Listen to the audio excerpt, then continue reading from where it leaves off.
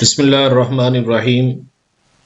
This is the fourth lecture of number theory objective. In this lecture, we will discuss MCQs about GCD, LCM, and prime numbers. Let's start with first MCQ. The first MCQ is, which is correct term of the given relation? हमें ये relation given है a, b. ये जो a, b है ये basically GCD है और जो एंगुलर ब्रैकेट्स के अंदर गिवन है a, b ये LCM की नोटेशन है. The product of GCD and LCM ये प्रोडक्ट ऑफ टू नंबर्स के बराबर होता है. LCM multiply by GCD is equals to product of two numbers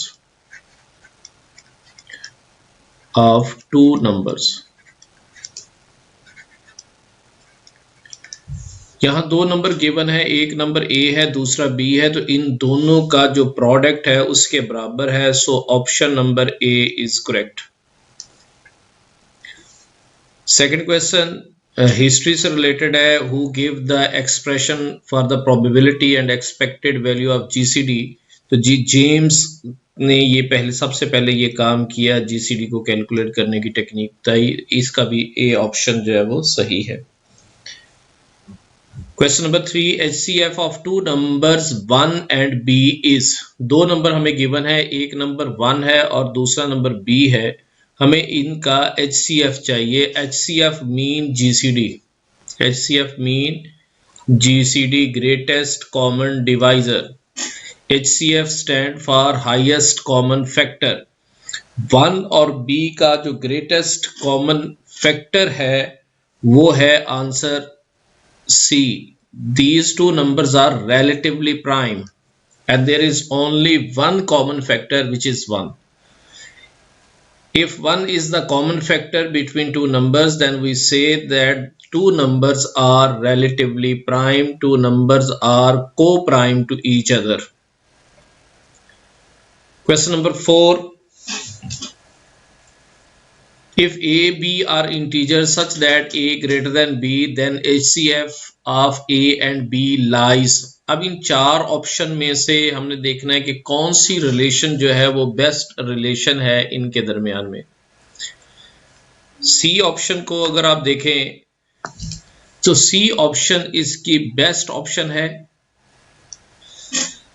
यहां A ग्रेटर देन B हमें ये गिवन है कि A is greater than B और जो A और B का HCF होगा वो या तो B के बराबर होगा, यहाँ इक्वल का साइन है, ग्रेटर इक्वल्स टू HCF है, या तो वो A B के बराबर होगा या B उस HCF से ग्रेटर होगा.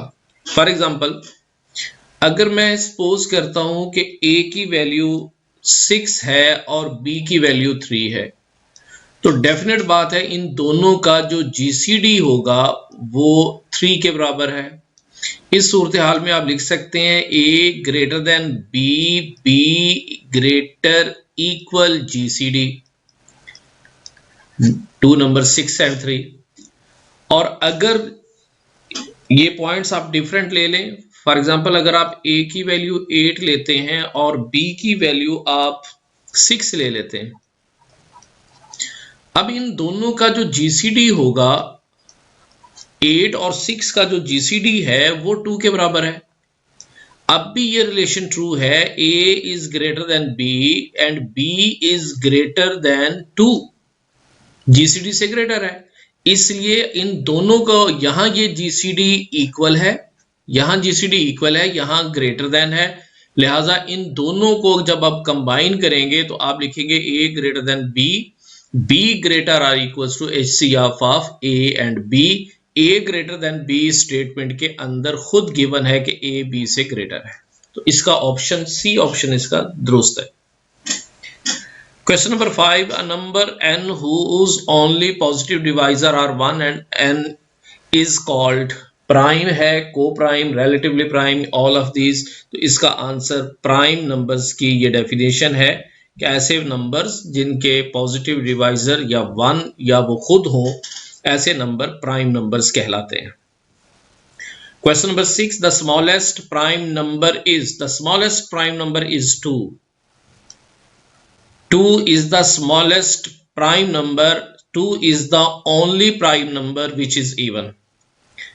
बाकी तमाम के तमाम प्राइम नंबर्स जो हैं वो ऑड हैं। Question number 7, which of the following number is neither prime nor composite. कौन सा नंबर है जो ना प्राइम है और ना ही कंपोजिट है। तो ऐसा नंबर जो है ये 1 के बराबर, 1 जो है ये नंबर जो है वो प्राइम नहीं है। यहाँ आप 0 ऑप्शन को ख़त्म करके यहाँ कोई और ऑप्शन आप लिख सकते हैं। लेट्स सपोज आप 6 लिखते हैं। तो करेक्ट आंसर इसका जो है 1 है। 1 is neither prime nor composite. Question number 8, every integer n greater than 1 has prime divisor, composite divisor, common multiple, both a and b। यहां पे c की जगह पे b ऑप्शन आना चाहिए। क्वेश्चन नंबर 8 में प्राइम डिवाइजर होगा। हर एक नंबर का प्राइम डिवाइजर लाजमी होता है। क्या उस नंबर का कॉमन मल्टीपल होगा? तो कॉमन मल्टीपल कैसे होगा? कॉमन तो तभी होगा ना जब दो नंबर होंगे। तो एक ही नंबर है तो एक नंबर का कॉमन मल्टीपल कैसे हो सकता है? कंपोजिट डिवाइजर कैसे हो सकता है? लिहाजा option A is the correct answer. Question number 9, if p is prime and p divides ab, then which of the following is true? The option is A। अगर p प्राइम नंबर है और वो दो नंबर को के product को divide कर रहा है तो लाजमी बात है कि वो उन दोनों में से किसी एक को डिवाइड करेगा। मैं कहता हूं जी 3 divides 15।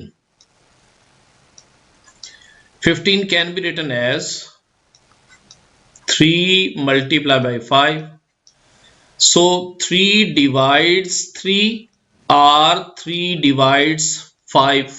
अब 5 को तो वो डिवाइड करता नहीं है, लिहाजा एटलीस्ट किसी एक नंबर को वो लाजमी डिवाइड करेगा। लेकिन अगर मैं इसी लिख लूं 3 divides 18,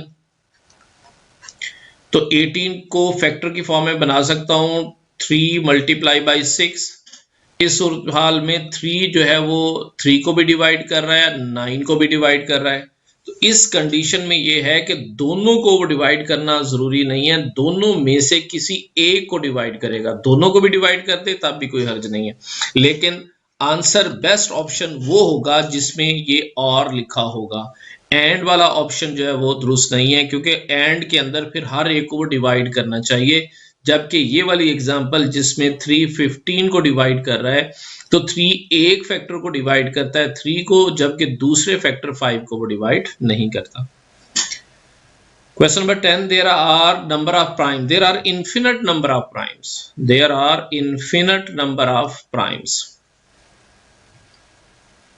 Every integer n greater than 1 can be represented uniquely as a product of prime numbers। Prime numbers की फॉर्म में उस हर नंबर को लिखा जा सकता है। फॉर एग्जांपल आप एक नंबर ले लेते हैं, आप कहते हैं कि जी 15 ही नंबर है, तो इसको प्राइम्स की फॉर्म में लिखें। हम प्राइम फैक्टराइजेशन करते रहे हैं, 3 पे डिवाइड करेंगे तो ये 5, फिर 5 पे डिवाइड करेंगे तो ये 1 आ जाएगा। लिहाजा 15 can be written as 3 multiply by 5। 3 भी प्राइम, 5 भी प्राइम, लिहाजा कोई भी इंटीजर जो 1 से ग्रेटर होगा उसको प्राइम नंबर्स के प्रोडक्ट की फॉर्म में लिखा जा सकता है। Question 12, which of the following is also known as GCD. GCD के लिए हाईएस्ट कॉमन फैक्टर का वर्ड भी यूज करते हैं। GCD and highest common factor ये एक ही बात है। नेक्स्ट क्वेश्चन है question 13, for given integer a and b with a b not equals to 0, unique integer q and r satisfy the condition। कौन सी कंडीशन को ये सेटिस्फाई कर रहे हैं, तो ए ऑप्शन इसकी दुरुस्त है।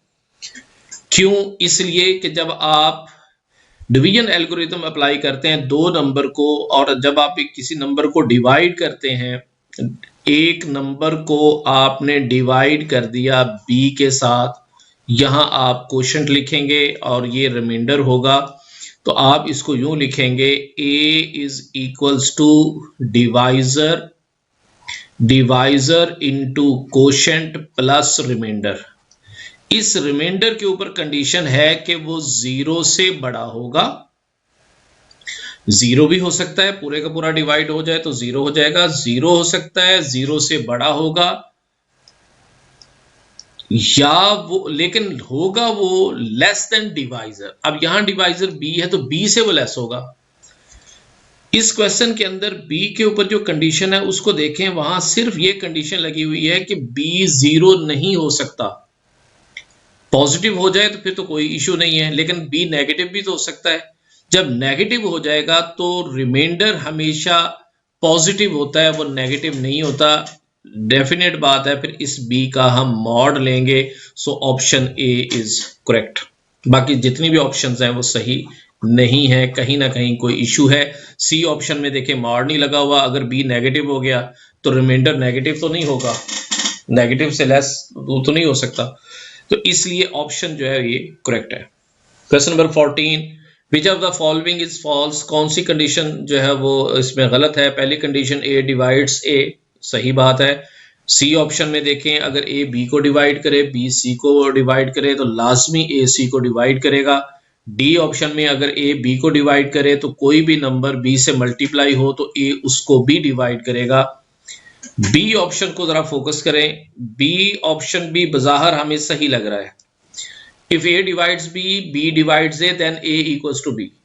तो ये A is equals to plus minus B, ये करेक्ट आंसर है जी। यहां सिर्फ पॉजिटिव दिया हुआ है, जबकि बी नेगेटिव भी हो सकता है, लिहाजा प्लस माइनस बी के साथ जो है वो ये ऑप्शन सही है।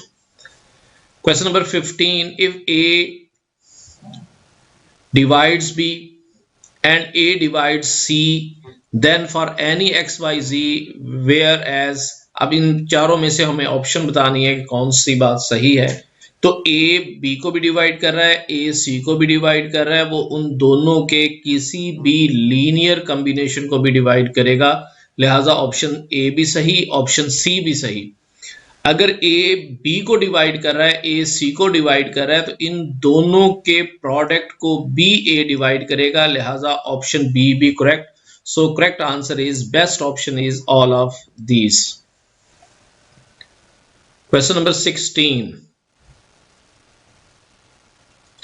If A divides B plus C and A divides B, then which of the following is true. अगर ए बी प्लस सी को डिवाइड करे और ए बी को डिवाइड करे तो लाजमी बात है कि ए फिर सी को भी डिवाइड करेगा। फॉर एग्जांपल मैं लिखता हूं कि जी 2 डिवाइड्स 10, और इस 10 को मैं लिख देता हूं 2 डिवाइड्स 8 6 प्लस 4। बी की जगह पे 6 लिख लें और सी की जगह पे 4 है। अगर 2 6 को डिवाइड कर रहा है तो लाजमी बात है जहां जो सेकंड फैक्टर होगा 2 उसको भी डिवाइड करेगा। लेकिन अगर मैं इसको यू बना दूं 2 डिवाइड्स 10, तो मैं लिख देता हूं 2 डिवाइड्स 10 को मैं लिख दूं 7 प्लस 3। इन दोनों सूरतों में 2 ना तो 7 को डिवाइड करता है ना ही वो 3 को डिवाइड करता है, जबकि यहां कंडीशन लगी हुई है कि ए उन दोनों में से किसी ए को डिवाइड करता है, तो लाजमी बात है जो दूसरा नंबर ऐड हो रहा होगा ए उसको भी डिवाइड करेगा, तभी वो उनके सम को डिवाइड कर रहा है। Question 17, we read A divides B. A divides B, A is a multiple of B is a multiple of A, B is divisible by A, all of these, the option is all of these. Question number 18, let AB belongs to Z with A not equals to 0, then A divides B if for some C belongs to Z, the option A is correct. Sorry, B, option C is correct. जो divide है हो रहा है वो B divide हो रहा है, ए is the divisor, तो सी ऑप्शन सही है। सिंपल सिंपल से क्वेश्चंस हैं जी ये वाले। Question number 19, any integer can be express in the form of, कोई भी इंटीजर आप n ले लें वो इन तीनों की फॉर्म में लिखा जा सकता है। ये पूरा एक क्वेश्चन है जिसको आप आसानी से सॉल्व कर सकते हैं कि कोई भी इंटीजर n ले लें वो 2n और 2n+1 की फॉर्म में भी लिखा जा सकता है। मॉड 2 के ऊपर जब आप उसको मॉड 3 में कन्वर्ट करेंगे तो सी ऑप्शन बन जाएगा, मॉड 4 में कन्वर्ट करेंगे तो वो बी ऑप्शन जो है वो सही है। यूक्लिडियन एल्गोरिथम को यूज करते हुए आप इसको प्रूव कर सकते हैं। Question 20, product of any 3 consecutive integer is divisible by 6, कोई से भी 3 कंसेक्टिव इंटीजर्स ले ले। आप एग्जांपल दे रहा हूं, आप पहले 3 नंबर ले लें 1 2 3, इनका प्रोडक्ट 6 बनेगा, 6 6 पे डिवाइड हो जाएगा। आप लेते हैं 3 4 5, अब आप इनको मल्टीप्लाई करें 12 12 5 60 60 फिर 6 पे डिवाइड हो जाएगा। तो कोई से भी 3 आप कंसेक्टिव इंटीजर ले लें, एक n ले लें, फिर n+1 लें और उसके बाद n+2 लें, तो ये 6 पे डिवाइड हो जाएंगे। आप इसको प्रूव कर सकते हैं। Question 21, let a be a non-zero integer then a positive integer d is called of a and b if पहली condition d divides a, d divides b। दूसरी कंडीशन ये है कि अगर c जो है वो a को डिवाइड करे, c b को डिवाइड करे, तो c लाजमी d को डिवाइड करेगा। तो ये डेफिनेशन है जीसीडी की या HCF की, बोथ a एंड b, ये जीसीडी की डेफिनेशन है। Question number 22, let A B non zero integer and A B का जो जीसीडी है वो 1 है। ए कॉमा बी ब्रैकेट में इट मीन जीसीडी, जिन दो नंबर का जीसीडी 1 हो जाए वो रिलेटिवली प्राइम होते हैं। अभी मैंने बात की थी, वो रिलेटिवली प्राइम होते हैं, उनको प्राइम टू ईच अदर भी कहा जा सकता है, उनको को प्राइम भी कहा जा सकता है। Option D is correct, all of these. 23, GCD of 2 non zero integers A and B, कि दो नंबर का जीसीडी हमेशा एग्जिस्ट करेगा और एग्जिस्ट भी करेगा और यूनिक भी होगा। ऑप्शन ए भी करेक्ट है, ऑप्शन बी भी करेक्ट है, लिहाजा correct answer is D option. Question 24, if A divides B then A B, अगर एक नंबर दूसरे नंबर को डिवाइड करे तो उनका जो जीसीडी है वो क्या होगा। देखें, मैं कहता हूं जी 3 डिवाइड्स 6, अब 3 और 6 का जो जीसीडी होगा, जो डिवाइजर है वही उसका आंसर होगा। ए बी को डिवाइड कर रहा है, लिहाजा इसका जीसीडी ए ही होगा, जो डिवाइजर है वही उसका जीसीडी होगा। A option is correct. अब 25 में देखें, 8 40 को डिवाइड कर रहा है, 8 डिवाइड्स -40, अब इसका जो जीसीडी है वो 8 होगा, वो -8 होगा, 2 होगा, -2 होगा, 2 और -2 तो हो नहीं सकते, 8 या -8 इन दोनों में पॉसिबिलिटी है। तो जो जीसीडी है उसकी कंडीशन, उसकी डेफिनेशन में ये है कि वो पॉजिटिव होना चाहिए, लिहाजा जीसीडी ए ऑप्शन जो है वो करेक्ट है। Thank you very much.